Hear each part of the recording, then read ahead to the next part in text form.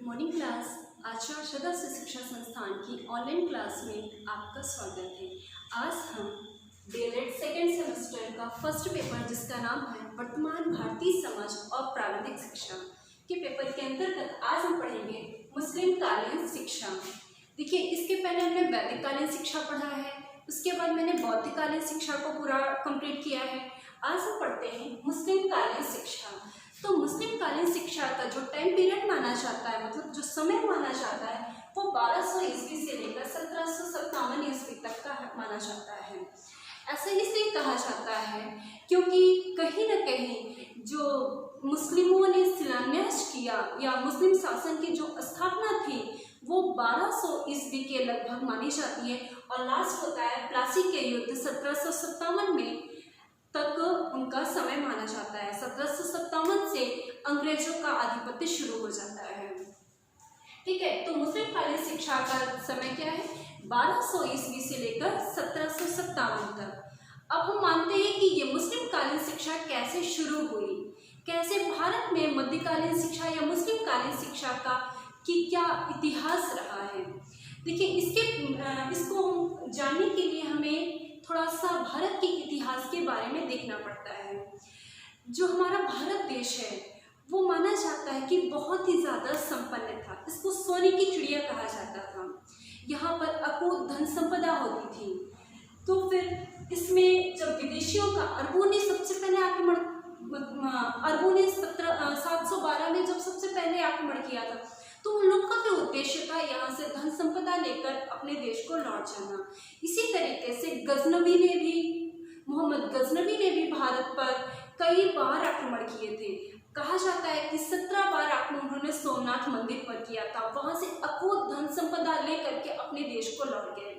मोहम्मद गजनवी के बाद मोहम्मद गोरी आए, उन्होंने भी यहाँ पर बहुत सारे मंदिरों का विनाश किया, वहां से बहुत सारे धन वगैरह लूटे। ठीक है, तो मोहम्मद गोरी से माना जाता है जो पृथ्वीराज चौहान का तराइन का युद्ध हुआ था, पृथ्वीराज चौहान को हरा करके मोहम्मद गोरी ने कहीं न कहीं माना जाता है कि मोहम्मद गोरी ने ही मुस्लिम काल का शिलान्यास किया है या मुस्लिम शासन का शिलान्यास किया था। लेकिन कुतुबुद्दीन ऐबक जो कि मोहम्मद गोरी के गुलाम थे, उन्होंने एक सही तरीके से गुलाम वंश की नींव डाली थी। सही तरीके से शासन वहीं से शुरू माना जाता है। तो मोहम्मद गोरी के बाद कुतुबुद्दीन ऐबक ने गुलाम वंश की नींव डाली। उसके बाद में खिलजी वंश, तुगलक वंश, सैयद वंश, लोदी वंश, मुगलक वंश, इसमें कई सारे शासकों ने आकर इसमें शासन किया। हमारे भारत पर ये सभी शासक आकर इस पर शासन किए। तो हम ये भी कहते हैं कि ये जो लोग थे, मोहम्मद गोरी, कुतुबुद्दीन ऐबक, ये सभी विदेशी व्यक्ति थे। ये सभी विदेशी व्यक्ति थे। वो विदेश से आकर अपने जब भारत में आए तो उन्होंने जब यहाँ पर शासन व्यवस्था की शुरुआत की या शासन संचालन किया तो उन्होंने शिक्षा पर भी उन्होंने ध्यान दिया। लेकिन उनकी शिक्षा व्यवस्था हमारी भारत की शिक्षा व्यवस्था से भिन्न थी, क्योंकि उसमें इस्लामिक सिद्धांतों के आधार पर वो शिक्षा व्यवस्था थी। इस संबंध में एफिकेई ने लिखा है, डॉक्टर एफिकेई ने लिखा है, मुस्लिम शिक्षा एक विदेशी प्रणाली थी। मुस्लिम शिक्षा एक विदेशी प्रणाली थी जिसका भारत में प्रतिरूपण किया गया और जो ब्राह्मणी शिक्षा से अति अल्प संबंध रखकर अपनी नवीन भूमि में विकसित हुई। इसका मतलब है कि जो मुस्लिम शिक्षा थी, मुस्लिम शिक्षा कोई भारत से जन्म ली हुई शिक्षा नहीं थी। ठीक है, ये क्या थी? एक विदेशी शिक्षा थी। क्यों? क्योंकि इसके जो संस्थापक थे, मुस्लिम शिक्षा के जो संस्थापक थे वो विदेशी थे।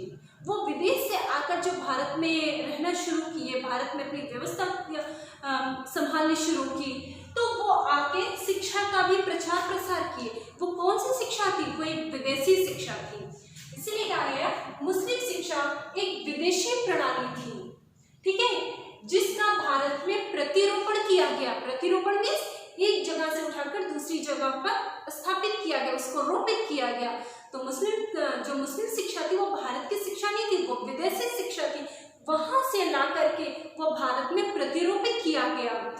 और जो ब्राह्मणीय शिक्षा से अति अर्थ संबंध रखकर ब्राह्मणी शिक्षा हमारी जो वैदिक शिक्षा थी, हमारी जो वैदिक शिक्षा थी उससे कहीं ना कहीं बहुत अलग थी।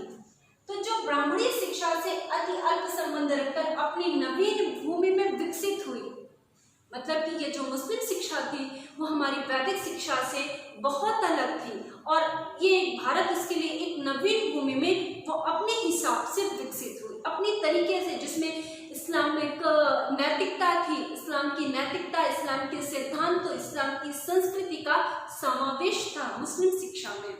ठीक है, अब हम पढ़ते हैं कि मुस्लिम कालीन शिक्षा के क्या उद्देश्य थे। मुस्लिम कालीन शिक्षा के क्या उद्देश्य थे?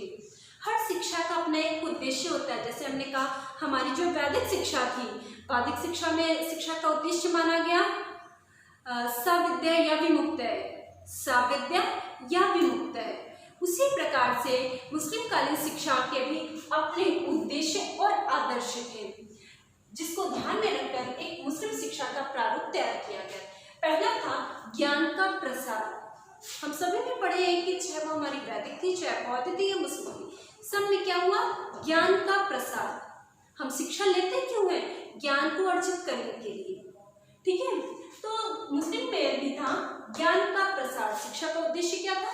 ज्ञान का प्रसार। जब हमको शिक्षा मिलती, मुझे ज्ञान मिलता, तब पता चलता है सही और गलत में अंतर क्या है, हमारा कर्तव्य क्या है।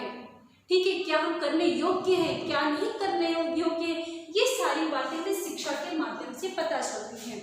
इसीलिए मुस्लिमों में भी, मुस्लिम शिक्षा में भी ज्ञान का प्रसार एक शिक्षा का उद्देश्य था। उनका मानना था कि शिक्षा के माध्यम से ही लोगों को ज्ञानवान बनाया जा सकता है। दूसरा था इस्लाम का प्रसार।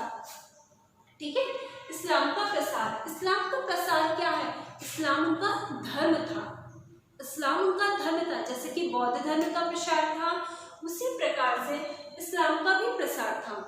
तो इनका मानना था कि शिक्षा के माध्यम से ही हम अपने इस्लाम का प्रसार कर सकते हैं। ये भारत, जैसे हम एक दूसरे देश में जाकर के, शिक्षा ही वो साधन है, शिक्षा ही वो माध्यम है जिसके द्वारा हम अपने धर्म को प्रसारित कर सकते हैं, प्रचार प्रसार कर सकते हैं। इसलिए उनका एक उद्देश्य था इस्लाम का प्रसार करना। ये अपना एक पवित्र कर्तव्य मानते थे। उनका मानना था कि हम जितना ही अपने धर्म का प्रचार प्रसार करेंगे, उतना ही हम अपना एक पवित्र कर्तव्य को निभा पाएंगे। ठीक है, तो इनका इस उद्देश्य की पूर्ति के लिए भी वो एक शिक्षा को उन्होंने माध्यम बनाया था। अगला था विशिष्ट नैतिकता का समावेश। विशिष्ट नैतिकता का समावेश कि मुस्लिम कालीन जो शिक्षा व्यवस्था थी, मुस्लिम कालीन जो शिक्षा व्यवस्था थी, उस शिक्षा व्यवस्था में विशिष्ट नैतिकता का समावेश किया गया था। इसका मतलब है कि विशिष्ट नैतिकता में उसमें मुस्लिम कालीन शिक्षा में कि इस्लामिक सिद्धांतों के अनुसार जो नैतिकता थी, उस नैतिकता का समावेश शिक्षा में किया गया था। कहा जाता है कि जो हिंदू वर्ग के लोग थे, हिंदू धर्म के लोग थे, वो जब शिक्षा ग्रहण करने जाते थे, ठीक है, जब संस्थाओं में शिक्षा ग्रहण करने जाते थे, तो शिक्षा के साथ साथ वो इस्लामिक सिद्धांतों के जो नैतिकता था, उसके प्रति भी उनकी रुचि आ जाती थी, उसको भी अपने आप में वो आत्मसात करने लग गए थे। ठीक है, तो क्या है, शिक्षा के साथ साथ उन्हें इस्लामिक सिद्धांतों के अनुसार जो नैतिकता थी, उस नैतिकता का समावेश किया गया था। ठीक है, मुस्लिम संस्कृति का प्रसार, ये जो विदेशी व्यक्ति थे, ये जो मुस्लिम शासक थे, ये सभी अपनी संस्कृति अपने ज्ञान का प्रचार प्रसार करना चाहते थे। ठीक है, और ये माध्यम उन्होंने अपनाया था शिक्षा के द्वारा ही वो अपनी संस्कृति का प्रचार प्रसार कर रहे थे। धार्मिकता का समावेश, शिक्षा में धार्मिकता की भी बातों का समावेश किया गया था। जैसे कि वैदिक बौद्ध में भी धार्मिकता की बातें थी, उसी प्रकार से इस्लाम में भी या मुस्लिम शासन में भी धार्मिकता का समावेश किया गया था शिक्षा में। अगला है चरित्र का निर्माण। कि मुस्लिम कालीन शिक्षा का उद्देश्य था चरित्र का निर्माण। ठीक है, इनका मानना था शिक्षा के माध्यम से ही शिक्षा मुझे ज्ञान देती है और ज्ञान के द्वारा हमें पता चलता है नैतिकता क्या है, अनैतिकता क्या है, इससे हमारे चरित्र का निर्माण होता है। तो ये इनका भी मानना था, मुस्लिम कालीन शिक्षा का भी मानना था कि शिक्षा के माध्यम से ही व्यक्ति के चरित्र का निर्माण होता है। जो शिक्षित, जो ज्ञानवान व्यक्ति होते हैं वो एक अच्छे वो चरित्रवान होते हैं। ठीक है, तो शिक्षा के माध्यम से ही चरित्र का निर्माण होता है। सांसारिक ऐश्वर्य की प्राप्ति, सांसारिक ऐश्वर्य की प्राप्ति, देखिए ये थोड़ा सा हम अंतर आपको समझाना चाहते हैं कि वैदिक कालीन शिक्षा जो थी, वैदिक कालीन शिक्षा थी या जो भारत की ब्राह्मणी शिक्षा थी, उसमें माना जाता था शिक्षा मोक्ष की प्राप्ति, ठीक है, आध्यात्मिकता की प्राप्ति, इन सब पर ज्यादा बल दिया गया था। ठीक है, लेकिन जो मुस्लिम कालीन शिक्षा थी वो सांसारिक ऐश्वर्य की प्राप्ति पर ज्यादा बल देते थे। उनका मानना था कि जो शिक्षित व्यक्ति है वो अपनी जो सांसारिक ऐश्वर्य होता है, जो वैभव होता है, उसको प्राप्त कर सकते हैं। शिक्षा के माध्यम से ही हम अपने भौतिक जीवन को सुखमय बना सकते हैं। तो अपने भौतिक जीवन को सुखमय बनाने के लिए मुझे सबसे जरूरी क्या है, शिक्षा। जैसे कि वर्तमान में ये माना जाता है, हम शिक्षा आज क्यों ले रहे हैं, हम किसी मोक्ष की प्राप्ति का साधन कहीं ना कहीं नहीं रह गया है, सिर्फ क्या है, भौतिक सुख की प्राप्ति। भौतिक सुख की प्राप्ति हम अनेकों डिग्रियां ले रहे हैं, ये सारी क्या है, कहीं ना कहीं ये हम वहीं से बातें ग्रहण कर रहे हैं या कहिए समय की आवश्यकता है। सांसारिक ऐश्वर्य की प्राप्ति, ठीक है, तो सांसारिक में कि शिक्षा के द्वारा से ही, शिक्षा के द्वारा ही हम सांसारिक ऐश्वर्य की प्राप्ति कर सकते हैं। अगला, मुस्लिम श्रेष्ठता की स्थापना, हर व्यक्ति अपने आप को श्रेष्ठ मानता है, हर व्यक्ति अपने आप को श्रेष्ठ मनवाने के लिए कोशिश करता है। उसी प्रकार से तो जो मुस्लिम शासक थे वो भी अपने आप को श्रेष्ठ बनाना चाहते थे। वो हर तरीके से जितने भी धर्म थे उन सब से अपने आप को श्रेष्ठ मानते थे। तो मुस्लिम श्रेष्ठता की स्थापना करने के लिए वो क्या है, शिक्षा को माध्यम बनाए थे। वो पूरे विश्व पे कहीं ना कहीं मुस्लिम शासन की स्थापना करना चाहते थे या मुस्लिम श्रेष्ठता की स्थापना करना चाहते थे कि इस्लाम धर्म ही सर्वश्रेष्ठ धर्म है। ठीक है, अब आगे पढ़ते हैं विशेषताएं कि मुस्लिम कालीन शिक्षा की क्या विशेषताएं हैं। पहला पॉइंट है व्यवहारिक शिक्षा। तो मुस्लिम कालीन शिक्षा में पहला पॉइंट क्या है, व्यवहारिक शिक्षा। व्यवहारिक शिक्षा का मतलब क्या है कि भौतिक शिक्षा पर ज्यादा बल देते थे, सिद्धांतों से ज्यादा व्यवहारिक शिक्षा पर बल देते हैं। एग्जाम्पल में हम आपको लेना चाहते हैं कि औरंगजेब जो शासक थे मुगल में, तो उन्होंने अपने शिक्षक की निंदा सिर्फ इसलिए, अपने गुरु की निंदा सिर्फ इसलिए किए थे क्योंकि उन्होंने व्यवहारिक शिक्षा नहीं दी थी। तो कहीं ना कहीं ये मानते थे कि शिक्षा ऐसी होनी चाहिए जो हमारे व्यवहारिक जीवन में उपयोगी हो सके, इसलिए व्यवहारिक शिक्षा को अधिक बल देते थे। निःशुल्क शिक्षा, तो मुस्लिम कालीन शिक्षा में भी निःशुल्क शिक्षा का प्रावधान था। इसमें भी आप आगे पढ़ेंगे कि जो शिक्षा की व्यवस्था थी, प्राथमिक शिक्षा और उच्च शिक्षा जो मकतब और मदरसों में दी जाती थी, तो उसमें निःशुल्क शिक्षा का प्रावधान था। निःशुल्क मतलब कि बच्चे वहां पर किसी भी प्रकार की फीस नहीं देते थे। शिक्षा का वहन जो धनी वर्ग थे, जो शासक वर्ग था, वो उठाता था। ठीक है, तो निःशुल्क शिक्षा का प्रावधान किया गया था। व्यक्तिगत संपर्क, गुरु और शिष्य का क्या है, व्यक्तिगत संपर्क रहता था। ठीक है, अगला पॉइंट आता है कक्षा नायकी पद्धति। कक्षा नायकी पद्धति आपने वैदिक में भी पढ़ा है, बौद्ध में भी पढ़ा है और मुस्लिम कालीन शिक्षा में भी कक्षा नायकी पद्धति को अपनाया जाता था। कक्षा नायकी पद्धति में ये होता था जैसे कि अभी मॉनिटर सिस्टम होता है कि किसी भी बच्चे को मॉनिटर बना दिया जाता है। शिक्षक की अनुपस्थिति में वही बच्चा, वही बालक पूरी कक्षा की व्यवस्था को संभालता है। ठीक है, तो कक्षा नायकी पद्धति कहीं ना कहीं मुस्लिम काल में भी थी। शिक्षक की स्थिति, हम हमेशा ये सुनते चले आते हैं कि कहीं ना कहीं मुस्लिम कालीन शिक्षा में या जो मुस्लिम काल था उस समय शिक्षक की स्थिति दयनीय हुई थी, काफी गिर गई थी। लेकिन ऐसा नहीं, बहुत सारे ऐसे शासक थे, चाहे हम गुलाम से लेकर के गुलाम से लेकर के मुगल वंश तक की अगर बात करते हैं तो बहुत सारे ऐसे शासक थे जिन्होंने अपने गुरु का बहुत सम्मान किया था, और बहुत सारे ऐसे शासक थे जो बड़े कट्टर थे जिन्होंने अपने गुरु की अवहेलना की थी, जिसमें से औरंगजेब हैं, अलाउद्दीन खिलजी हैं, ठीक है, फिरोज तुगलक, ऐसे बहुत सारे शासक थे जिन्होंने अपने गुरु की अवहेलना की थी या निंदा की। लेकिन जैसे कि अकबर हैं, शाहजहां थे, ठीक है, इल्तुतमिश थे, ऐसे शासक थे जिन्होंने अपने गुरु को बहुत ही सम्मान किया था। गुरु शिष्य संबंध वही है कि गुरु शिष्य संबंध हम ये नहीं कह सकते कि उस टाइम गुरु की स्थिति बहुत दयनीय थी। वही है कि कुछ शासकों की वजह से ये माना गया कि मध्यकाल में या मुस्लिम काल में शिक्षक की स्थिति गिरी थी या फिर थोड़ी सी डाउन हुई थी। स्त्री शिक्षा पर विशेष प्रबंध नहीं किया गया था मुस्लिम काल में। वही जो उच्च घराने की लड़कियां थी उन्हीं की शिक्षा के प्रबंध किया जाता था। जो मौलवी वगैरह थे उनके घर पर शिक्षा उपलब्ध कराते थे। शिक्षा का संरक्षण शासक से था, जो धनी वर्ग थे उन लोग से ये जो व्यवस्था थी वो संचालित होती थी। शिक्षा की अनिवार्यता, मुस्लिम काल में भी शिक्षा को अनिवार्य किया गया था। मोहम्मद साहब ने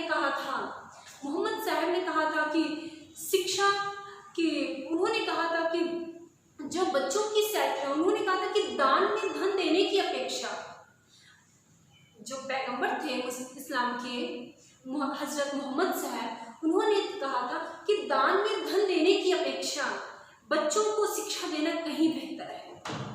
ठीक है, ये जो कलम की स्याही होती है वो शहीदों के खून से भी अधिक पवित्र है। कलम की जो स्याही है वो शहीदों के खून से भी अधिक पवित्र है। मतलब कि शिक्षा को इतना ज्यादा उच्च स्थान दिया गया था। ठीक है, इसलिए शिक्षा को अनिवार्य माना गया था कि शिक्षा ही निजात का साधन है। निजात में मुक्ति, जैसे हम मानते हैं मोक्ष का साधन है वैदिक में या हिंदू धर्म में माना गया, उसी प्रकार इस्लाम में भी कहा गया है कि शिक्षा निजात का साधन है। ठीक है, अगला है सांस्कृतिक एकता की अभिवृद्धि। मुस्लिम काल में सांस्कृतिक एकता की अभिवृद्धि हुई। इसमें कहीं ना कहीं हिंदू और मुस्लिम इन दोनों एकता का एक समावेश किया गया था। इन दोनों संस्कृति को मिलाकर एक नई संस्कृति जन्म ले रही थी। भाषा विज्ञानों को प्रोत्साहन, आप पढ़ते हैं, अगर इतिहास कभी उठाकर पढ़िए तो उसमें हम बहुत मानते हैं, उसमें इतिहास, कला और भाषा का बहुत ही ज़्यादा प्रचार प्रसार किया गया था, बहुत संरक्षण दिया गया था। बहुत सारे ऐसे शासक थे जो हिंदू भाषा, हिंदू साहित्य को में काफ़ी मतलब उसका विनाश किए थे, उसकी अवहेलना किए थे। लेकिन बहुत सारे ऐसे शासक रहे जो सहिष्णु धर्म के थे, जिन्होंने हिंदू भाषा का, हिंदू साहित्य की, इन सबको संरक्षण प्रदान किया था, उसका संवर्धन किया था। साहित्य व इतिहास का विकास, सबसे ज्यादा हम मानते हैं कि मध्यकाल में ही साहित्य और इतिहास का विकास हुआ है। धार्मिक व लौकिक शिक्षा का समावेश, मुस्लिम कालीन शिक्षा में लौकिक और अलौकिक दोनों शिक्षा का समावेश किया गया था। मतलब कि धार्मिकता और भौतिक दोनों शिक्षा का समावेश किया गया था। जो पाठ्यक्रम निर्धारित किया गया था उसमें दोनों प्रकार की शिक्षा का व्यवस्था की गई थी। तो ये आज आपने पढ़ा कि मुस्लिम कालीन शिक्षा के उद्देश्य, आदर्श और इसकी मुस्लिम कालीन शिक्षा की क्या विशेषताएं थी। आगे हम पढ़ेंगे कि मुस्लिम कालीन शिक्षा में शिक्षा की क्या व्यवस्था थी, उसका क्या पाठ्यक्रम था और मुस्लिम कालीन शिक्षा की क्या दोष थे। ठीक है, आज ही हमारा टॉपिक कंप्लीट हुआ। Thank you.